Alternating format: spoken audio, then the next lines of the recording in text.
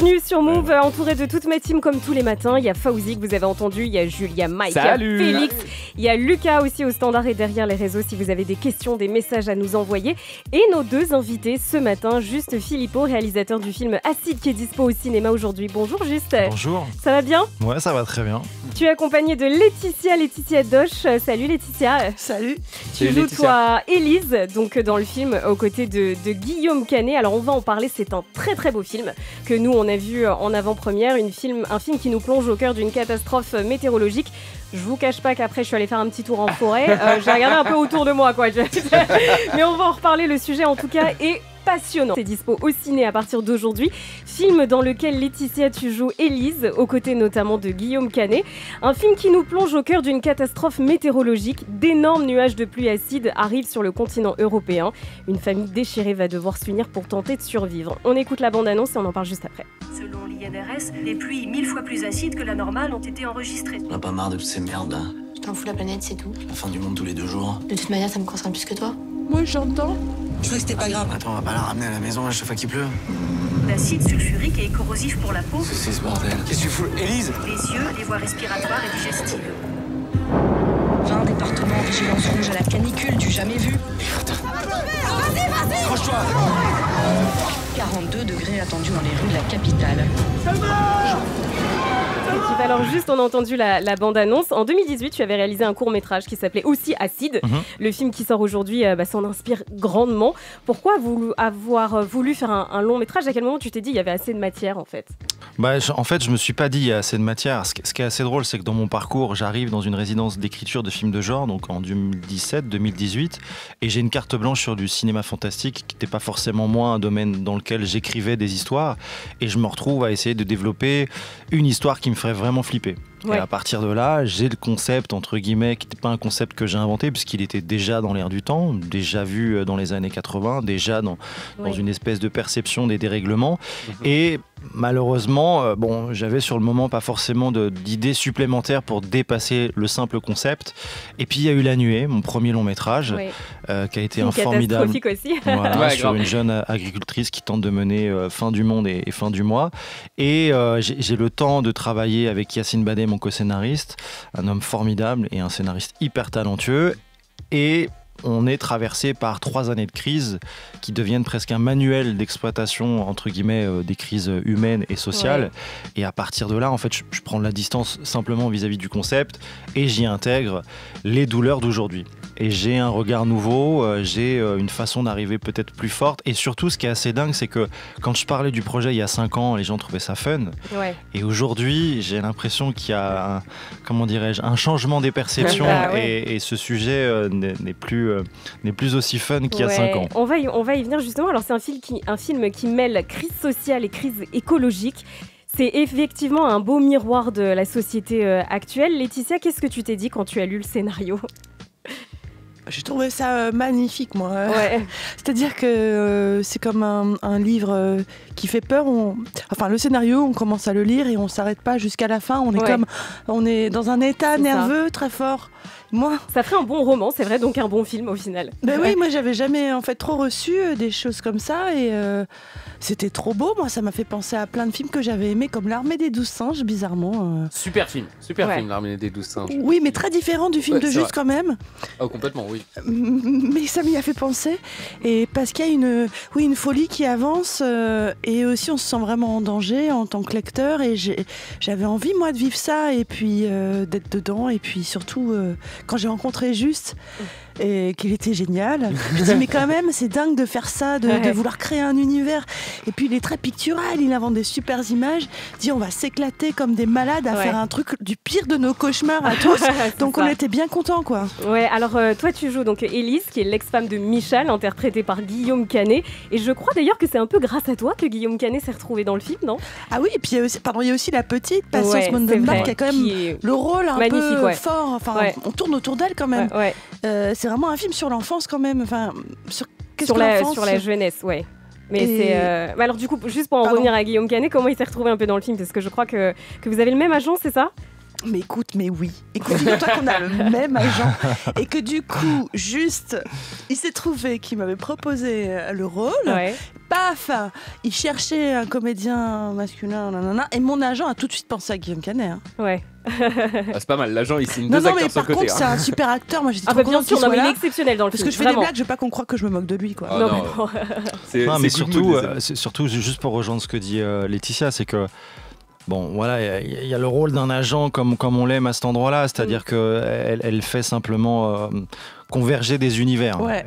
Et l'idée était la meilleure. Donc je remercie encore Cécile, mais surtout je remercie Laetitia. Oui, moi je remercie tout le monde. c'est trop bien. C'est qu'on se remercie. Non, mais je l'aime beaucoup, mon agent. C'est vrai qu'elle est très intelligente. C'est pas comme dans. Enfin, je sais pas comment c'est, mais elle fait vraiment des liens philosophiques entre les gens, quoi. En tout cas, le duo match bien. Le film, il parle d'un sujet d'actualité, donc du coup, c'est un petit peu inquiétant et donc forcément un petit peu déprimant. Comment était l'ambiance sur le tournage, Laetitia? Bah, ça, c'est un peu compliqué. Donc, on avait beaucoup de cascades à faire. On Ouais. avait des trucs de l'enfance, quoi. Enfin, voilà, sauter par-dessus un pont, enfin, même si... Enfin, il y a des trucs comme ça d'action qui sont drôles. D'accord. Mais... C'est sportif, quoi, en fait. C'était sportif de 1 Ouais. et de 2, il y avait 40 000 figurants, les voitures Ouais, étaient c'est déguisées, vrai. il y avait un Gwendal, le décorateur qui faisait un travail sur l'évolution des pluies acides à travers le temps. C'était quand même... Enfin, on était dans un parc d'attractions d'une certaine manière, Ambiance un peu familiale. mais avec de la douleur derrière, franchement. Et notamment des douleurs familières. Et juste, familiales. toi, tu l'as vécu comment le tournage? Écoute, moi, Forcément, t'as un œil un peu différent. Ouais, alors plusieurs choses. Je l'ai pas du tout vécu comme le mot déprimant que tu employais. Il me plaît pas des masses parce que déjà on l'a fabriqué de façon joyeuse, c'est-à-dire très très très très sérieusement, mais avec une envie de profiter du cinéma parce qu'on a quand même la chance de faire ce métier et dans ces conditions-là, c'était super. Moi, il y avait l'envie simplement de, comment dirais-je, d'être actif, même dans tous les processus. Et c'est vrai que le film, pour moi, il doit avoir cette possibilité-là de bouger un spectateur qui a déjà tout vu et qui voit des choses extraordinaires à l'image, donc réussir à le surprendre tout en l'emmenant dans un terrain où il a l'impression que le film lui adresse un discours, alors des messages, j'en sais rien, mais simplement de proposer un effet miroir qui l'emmène à être actif de ce qu'il est en train de regarder. On est dans une fiction, les pluies acides, ça existe, vous avez poussé ça vraiment à l'extrême, on est face à des paysages qui sont apocalyptiques, face à une nature qui est détruite. Est-ce que ça peut vraiment permettre d'éveiller des consciences d'après toi? Est-ce qu'on se sensibilise comme ça avec le catastrophisme? Alors moi je sais pas, le but, j'arrive pas avec un message politique en disant c'est un film politique. Si jamais on dit c'est un film politique, c'est formidable, mais moi je le dis pas comme ça. Vu l'actualité, je pense qu'on est tous très au clair de ce qui se passe. Je pense qu'on a une conscience très éveillée des bouleversements et de ce qu'on appelle ce dérèglement qui nous bouleverse. Donc moi j'ai pas l'impression d'avoir un discours supplémentaire ou un discours, comment dirais-je, outillé justement pour réveiller des consciences. Moi ce que j'aime c'est aller dans une salle de cinéma et proposer un spectacle que je prends au sérieux. Et à partir de là, moi je crois que mon geste politique c'est donner envie d'aller au cinéma. Moi, j'ai l'impression quand même que quand je vois mes pires cauchemars devant moi sur un film fait de cette manière, c'est comme si je veux pas qu'ils se réalisent. Du coup, ça me donne de l'énergie de les voir réaliser. Donc toi, parce que c'est vrai qu'aujourd'hui, et on le voit, il y a beaucoup d'études qui sont faites, que en fait le catastrophisme mène aussi au déni. Il y a beaucoup de jeunes qui le disent, mais toi, ça te fait l'inverse. Ouais. Toi, ça rend les choses plus réelles, plus crédibles. Si je vois un film où une famille se fait brûler sous des pluies acides et essaie de s'en sortir, j'ai pas envie que ça arrive. Ouais. Et du coup, ça me met peut-être plus en rage ou plus en force pour agir maintenant. Et puis il y a un autre truc, parce que le terme catastrophisme, moi j'ai pas envie de l'employer, tout simplement aussi parce que le personnage de Selma, donc cette jeune fille, est presque le personnage principal de cette histoire. C'est presque à travers son regard qu'on voit cette catastrophe qu'elle a vu venir, et surtout, vous allez découvrir dans le film, il y a une évolution et il est là l'espoir, c'est que dans ce personnage réside un demain qui est possible. Ça. Enfin, disons qu'il y a deux choses intéressantes. Il y a déjà donc le père, et on l'a entendu au début de la bande-annonce, qui s'en fout complètement de la planète. Enfin, c'est pas son truc, quoi. Il a d'autres problèmes. Il a d'autres problèmes. Sa fille est très angoissée, et il y a un espèce de conflit des générations qui existe aussi aujourd'hui. Donc ça, c'était une volonté de montrer ça à l'image. Oui, alors un conflit, pas forcément le pousser comme étant un des sujets, parce qu'effectivement, il a ses problèmes problématique. Elle voit venir d'autres catastrophes et il y a un éloignement des deux, donc forcément il n'y a aucun moyen de pouvoir se comprendre. Maintenant, tout le film, c'était justement d'éviter aussi les opposés ou d'être clivant sur une génération qui n'aurait pas compris. Non, il y a une complémentarité aujourd'hui à trouver, un équilibre à retrouver et tout le film est dans cet équilibre que cette famille essaye de retrouver au pire moment et au pire endroit. Alors tu le disais, la petite touche d'espoir, c'est Selma, c'est la jeune fille du coup, mais qui grandit très vite en fait, entre le début et la fin du film. Et on a l'impression que c'est ce que vivent les jeunes aujourd'hui, ils n'auront pas le choix. En fait, le réchauffement climatique, c'est eux qui vont le vivre dans quelques années, même si on le vit déjà. Mais je veux dire, c'est vraiment eux qui sont peut-être même les plus engagés aujourd'hui finalement. Et donc c'était ça un peu le personnage de Selma qui représente très bien les jeunes aujourd'hui. Ouais, et puis leur courage tout simplement. Moi je vois des actions qui sont courageuses. Enfin, je pense que la génération d'aujourd'hui est plus courageuse peut-être que la mienne. Enfin, en tout cas, j'en ai l'impression. Donc, moi, j'ai un vrai motif d'espoir dans ce que je vois changer à travers leur regard et leur façon de faire. Alors moi, je me méfie juste un petit peu de ça, parce qu'on dit toujours les jeunes vont changer les choses. Et il faut bien qu'on se rende compte que c'est nous aussi, quoi. Ah, mais évidemment, tout le monde est concerné, ça c'est sûr. T'as bien raison, Laetitia. Ça c'est vrai. Petite question perso, juste et Laetitia. Ouh là, j'ai peur. Non, vous inquiétez pas. Est-ce que votre famille, juste j'en suis sûr, tu vois, mais toi Laetitia, est-ce qu'il y a des proches qui ont vu le film déjà et qu'est-ce qu'ils en ont pensé? Mais je peux pas le dire à l'écran, ce serait spoiler le film. Non, mais sans spoiler. Il y a quelque chose qui... Alors, ils ont beaucoup aimé le film. Mon oncle, mon cousin, tout le monde a aimé. Voilà, et puis après, ça les a heurtés. C'est vrai qu'il y en a qui m'ont pas envoyé de message pendant 2 jours et ils ont aimé le film. C'est juste qu'ils ont... Ça les a fait c'est touchant souffrir, comme film. Ouais. Ouais, bien sûr. Enfin, pas souffrir, pardon. Ça les a travaillés. Ouais, bien sûr. C'est un sujet d'actu. Oui, il y a d'autant plus d'actualité qu'on parle de l'eau. C'est un symbole de la vie. On voit aujourd'hui qu'il y a des précipitations extrêmes qui touchent certaines régions du monde. Dans l'actualité, par exemple, la Libye, avec ses milliers de morts. Il y a certains endroits du monde qui manquent d'eau. À Mayotte, par exemple, en France. Est-ce qu'il y a une raison particulière pour laquelle tu as utilisé cet élément en tant qu'axe du film? Ça aurait pu être autre chose, au final. Non, alors, quand j'ai exploité ce concept sur le court-métrage, il était évident qu'il était à même de parler de notre besoin d'eau. On est constitué d'eau.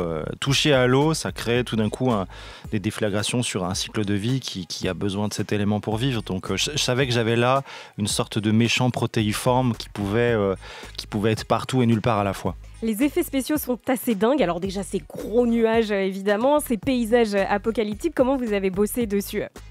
Comment j'ai bossé dessus? Je continue. Moi, de mon côté, j'ai beaucoup fait semblant. Mais c'est juste ce qui nous intéresse. Ouais. C'est vrai, Laetitia n'avait aucun nuage sur le plateau parce qu'il a fait relativement beau, donc elle a dû imaginer ces nuages et j'ai réimaginé à travers son regard des nuages.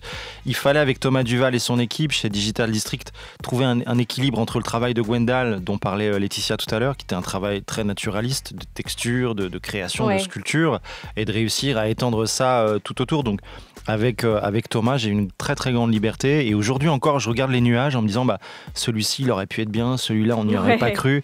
C'est compliqué parce qu'un nuage, finalement, on l'a tous vu. Le rendre méchant, c'est peut-être pousser des curseurs qui le rendraient artificiel. Le rendre trop artificiel, c'est pas bien. Le rendre pas assez, c'est dommageable. Donc, il y a un vrai travail. Mais pour moi, vous parliez d'ultra-réalisme. Il fallait constamment avoir une sensation de déjà-vu à chaque image. Et je sais que tu as reçu le label EcoProd parce que en fait c'est pas juste le message qui fait écho à l'actualité et donc au climat, sur le tournage aussi. Comment ça s'est passé? C'est-à-dire, ça veut dire quoi aujourd'hui concrètement avoir un label EcoProd? Alors ça veut dire beaucoup de choses. En même temps, il faut rester modeste. Moi, ce qui m'a frappé quand on a reçu le prix, c'est que sur les 200 films, je crois, engagés durant le festival de Cannes, il y en a 13 qui ont joué le jeu. Voilà, c'est pas beaucoup. Il y en avait 11 l'année dernière, donc il y a un motif d'espoir parce qu'il y en a 2 de plus. Oui. Après, on a reçu ce label parce que peut-être qu'on a été un tout petit peu plus sérieux ou pas, j'en sais rien, mais en fait, on a juste appliqué des gestes de bon sens. Et après, il y a un gros travail de mon équipe de production pour retranscrire tous les efforts et voir les bienfaits de ces efforts, mais on a été, comment dirais-je, comme nous aujourd'hui citoyens, c'est-à-dire un peu attentifs aux déchets, aux recyclables, à un gobelet qu'on pouvait avoir, une gourde qu'on pouvait avoir du début à la fin. Donc simplement, on a appliqué des gestes de bon sens. Mais il y a aussi, par exemple, sur d'autres films, les costumes sont seconde main. Enfin, moi, ça D'accord, m'est ok. arrivé dernièrement. Les décors, ils récupèrent des trucs, les gens s'enfilent des trucs, donc c'est moins cher. Donc en plus, les prods sont contents. Pour vous, ça devrait être la norme sur les tournages ou pas? Moi, je pense que la norme, en fait, on s'est aperçu aussi que ça prenait du temps. Et je crois que la norme, c'est d'en avoir un peu plus pour faire les choses de façon plus cohérente. Parce que tout d'un coup, quand vous anticipez effectivement les demandes, vous trouvez plein de solutions qui sont des solutions malines et qui sont des solutions finalement presque économiquement super viables. Il faut de l'organisation. Fawzi a quelques questions pour vous concernant l'actualité. Oui, puisque dans ce film, juste, tu en as parlé, il y a l'illustration en fait de cette punchline qui tourne beaucoup en politique et dans les milieux universitaires. La fin du mois avant la fin du monde. Et en fait, le personnage de Guillaume Canet, c'est exactement ça. C'est un ouvrier qui est pas climato-sceptique, mais voilà, lui, ce qui l'intéresse, c'est vraiment avoir du travail et nourrir sa famille. Qu'est-ce que tu as voulu montrer en fait dans ce film, qu'il y a une opposition comme ça, peut-être entre les classes populaires et les classes peut-être un peu plus élitistes? Non, il n'y a pas d'opposition. Pour moi, il y avait une logique de, sans faire d'amalgame, de lier aussi des crises, et notamment celle d'une société qui va pas bien, et de se dire que si on veut régler les problèmes de demain, il faut aussi régler les problèmes d'aujourd'hui, et il passe par cette colère qui explose et qui a été nourrie par les images qu'on voit, qu'on a vues très très récemment. Donc moi, une fois de plus, on parlait de déjà vu, on parlait de miroir. Pour moi, il était évident que je devais absolument parler d'un contexte avec des personnages de ce contexte, donc des personnages qui sont issus de notre réalité. Et c'est pour ça que le film démarre sur ces images au téléphone, sur cette prise d'otage dans cette usine et sur ce geste fou d'un homme qui vient de péter les plombs et qui est là une bombe à retardement pour l'enfant et pour le spectateur. Mais on le voit en France, les problèmes de la fin du mois, ils sont très présents par rapport aux problèmes climatiques. On le voit par exemple avec l'augmentation du prix de l'essence. Ça crée beaucoup de débats et peut-être un petit peu moins toutes les catastrophes qu'on peut relater au quotidien. Comment tu le vis toi un petit peu ça, toi qui as cette fibre un peu Moi je le vis mal, je le vis comme tout le monde, c'est-à-dire que je suis un peu perdu entre ce que je peux essayer de faire, ce que je voudrais faire, ce qu'il faudrait faire. En fait, je sais pas trop. Et une fois de plus, c'est pour ça que je ramène le film constamment à cette impuissance, parce que c'était aussi le sujet du film, d'une situation sur laquelle moi j'ai pas de contrôle, donc il fallait absolument être honnête vis-à-vis de ça, sincère. Et donc comment répondre à ta question? Une fois de plus, je me pose toutes les questions du monde comme tout le monde. Aujourd'hui, Laetitia, juste l'actualité veut qu'au siège des Nations Unies à New York, il y a un sommet sur l'ambition climatique pour accélérer la transition écologique, pour essayer de mettre fin en fait à tout ce qui est gaz, pétrole, pour faire vraiment une transition écologique, puisque ces énergies fossiles, c'est 90% des émissions de gaz à effet de serre. Ton film sort aujourd'hui, Laetitia aussi. C'est un petit clin d'œil. Quel message vous voudriez apporter? En tout cas, moi, je pense que l'économie de fin de mois et les problèmes écologiques, ils sont liés au même problème qui est l'exploitation de l'autre, que ce soit exploitation sociale ou exploitation des autres êtres vivants. C'est de ne pas considérer l'autre comme quelqu'un avec qui on a envie de travailler à égalité. Enfin, je vous dis ça parce que je me suis retenue pendant 2 questions, donc oui. je réponds. Et sinon, c'est cool, oui. Qu'est-ce qu'on va leur donner alors tu crois qu'est-ce qu'il va donner comme énergie à ce colloque? Mais on voyait par exemple la chaîne Arte qui veut retransmettre certains documentaires qui est sur sa chaîne à des colloques comme ça, même dans des écoles, dans le but de sensibiliser. En vrai, ça pourrait être une bonne idée. Vous accepteriez ça? Alors c'est un film, certes, c'est une fiction, mais ça peut apporter beaucoup de choses. Moi, je crois à un truc, c'est à l'éducation à l'image. J'en parle toujours parce que ça a été très formateur pour moi en termes de réalisateur et de carrière, en tout cas d'expérience dans ma carrière. À partir de là, moi j'ai envie de marteler la culture. Alors ce film-là ou un autre, j'en sais rien, mais amener effectivement le plus de contact entre des jeunes gens ou des jeunes femmes qui ne se connaissent pas dans une salle pour du spectacle vivant, de la musique, je sais pas, mais je pense que tous les motifs sont bons pour vivre des expériences très fortes ensemble dans une salle de spectacle.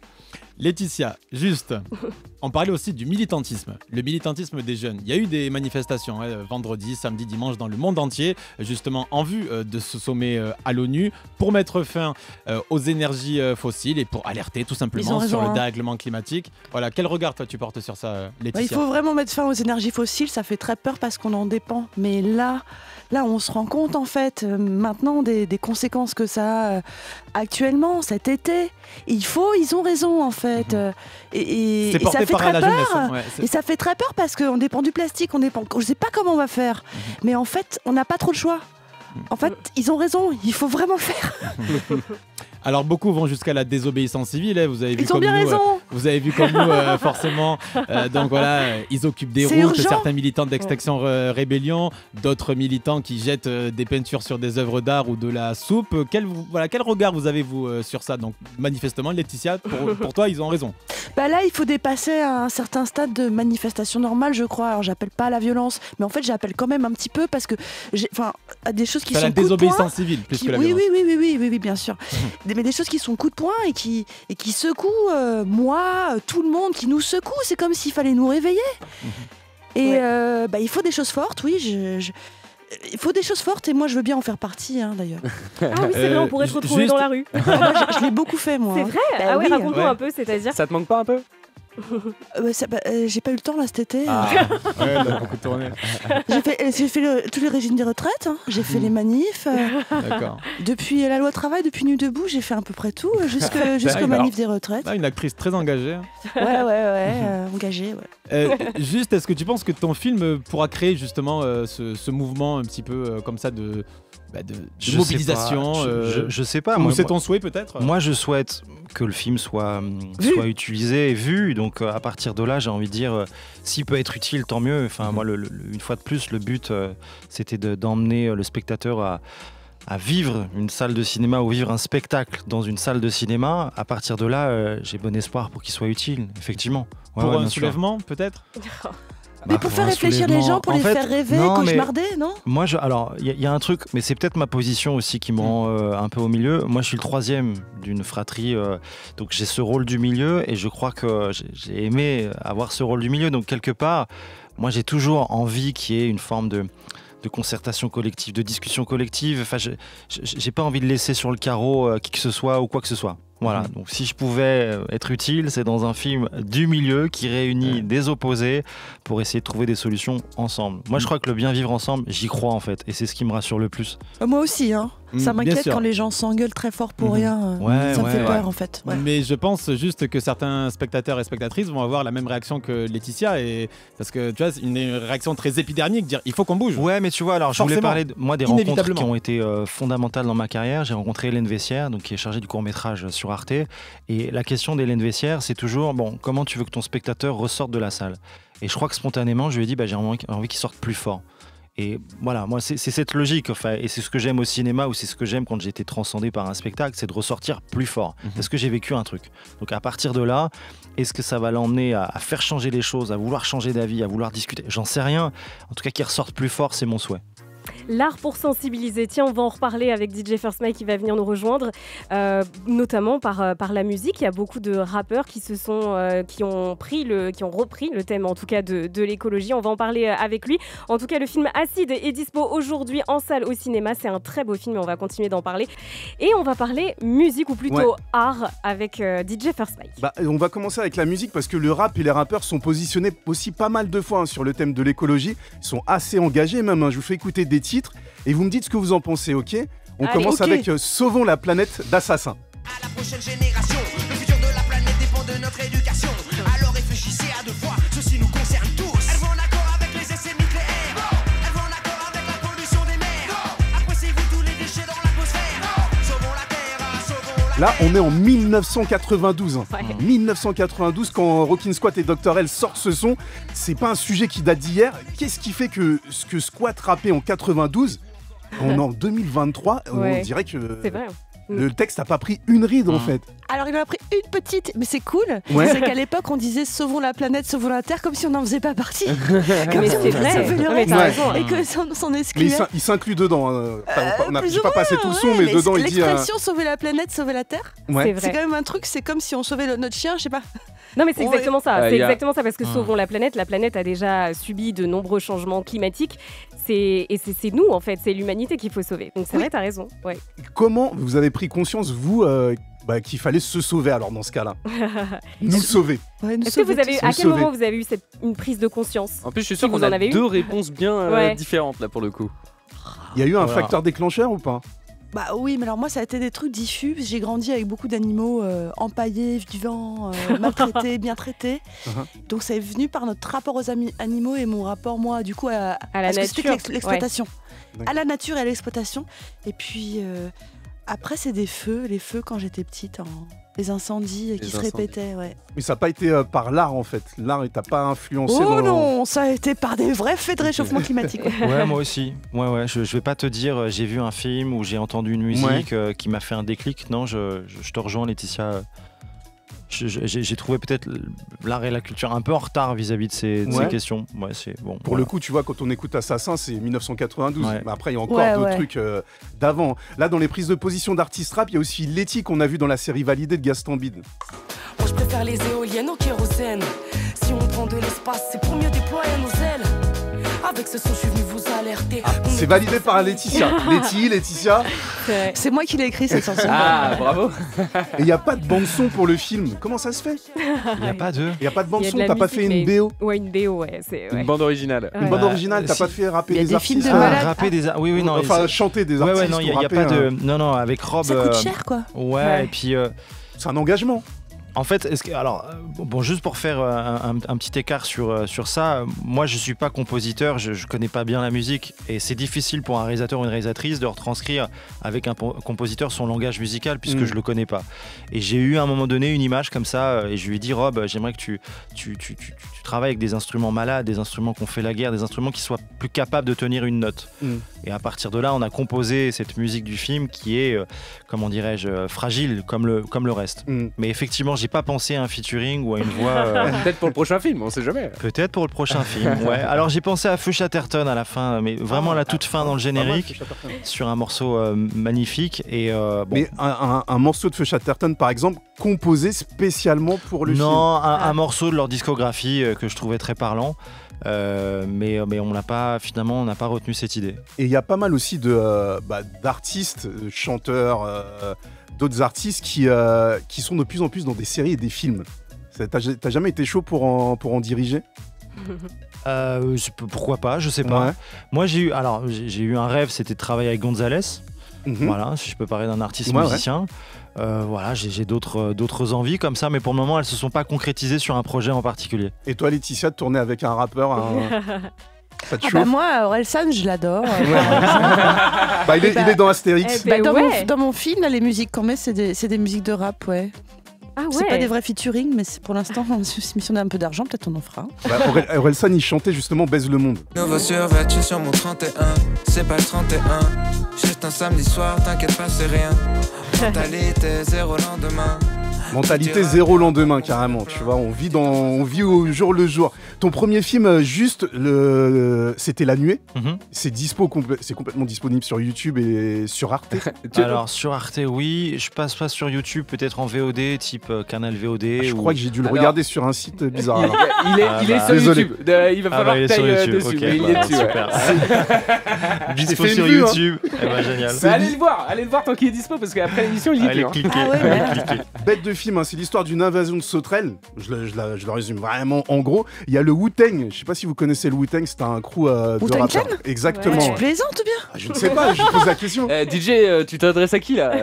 C'est vrai que Laetitia, le Wu-Tang. Le Wu-Tang, un des plus gros groupes des années 90 qui eux étaient en mode Kill la bise.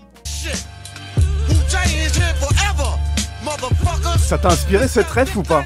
Parce que eux c'était en mode abeille tueuse, tu vois, dans les clips. Non, j'avoue, là je redécouvre ce morceau en me disant effectivement, mais parfois des fois on te dit tu t'es vachement inspiré tel ou tel film et tu dis bah non, pas du tout, et en fait si, mais tu l'as vu ou tu l'as entendu il y a longtemps, c'est resté dans ta tête et inconsciemment peut-être que tu rediffuses les forces d'un morceau ou d'un film. Et pour vous, est-ce que les acteurs culturels se positionnent assez sur le thème de l'écologie? En tout cas, ce qu'on peut dire, c'est que là, ils arrivent à faire des musiques qui sont quand même entraînantes. On peut danser et être entraîné et en même temps... Mais du coup, t'écoutes les paroles ou pas? Bah oui, mais c'est très bizarre l'état dans lequel ça met, je trouve. Oui, c'est vrai. Et puis sinon, ce qui se positionne assez, on va pas répondre à leur place quand même. Ouais. Non.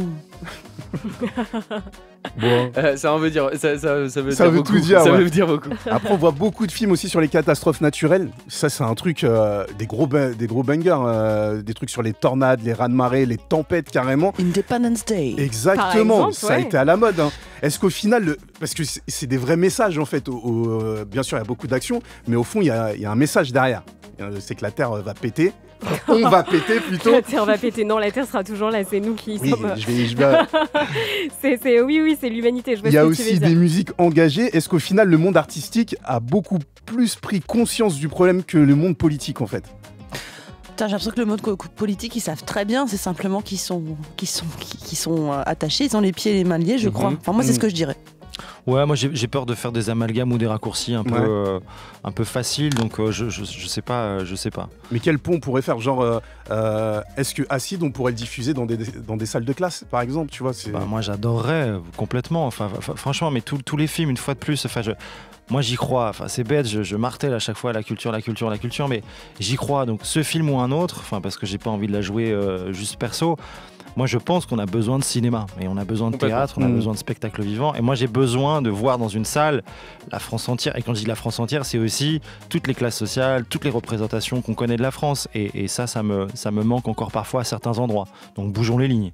Du film Acide, c'est dispo au cinéma ce mercredi. Laetitia Doche aussi qui joue le rôle d'Élise dans le film. Merci à tous les deux d'être passés nous voir. On est moins fatigués que ça va mieux, bien réveillé. Moi je suis en forme. Merci en tout cas, courez au cinéma, vraiment c'est un très très beau film. Et donc c'est en salle à partir d'aujourd'hui, puis vous revenez nous voir quand vous voulez. Vous êtes ici chez vous les amis. Ramenez du son. Merci beaucoup. On vous souhaite une très belle journée, on va laisser la place à Guéran et son équipe pour Réseau. Et puis nous on se retrouve demain matin dès 6h sur Move. Bonne journée à tous. Bisous.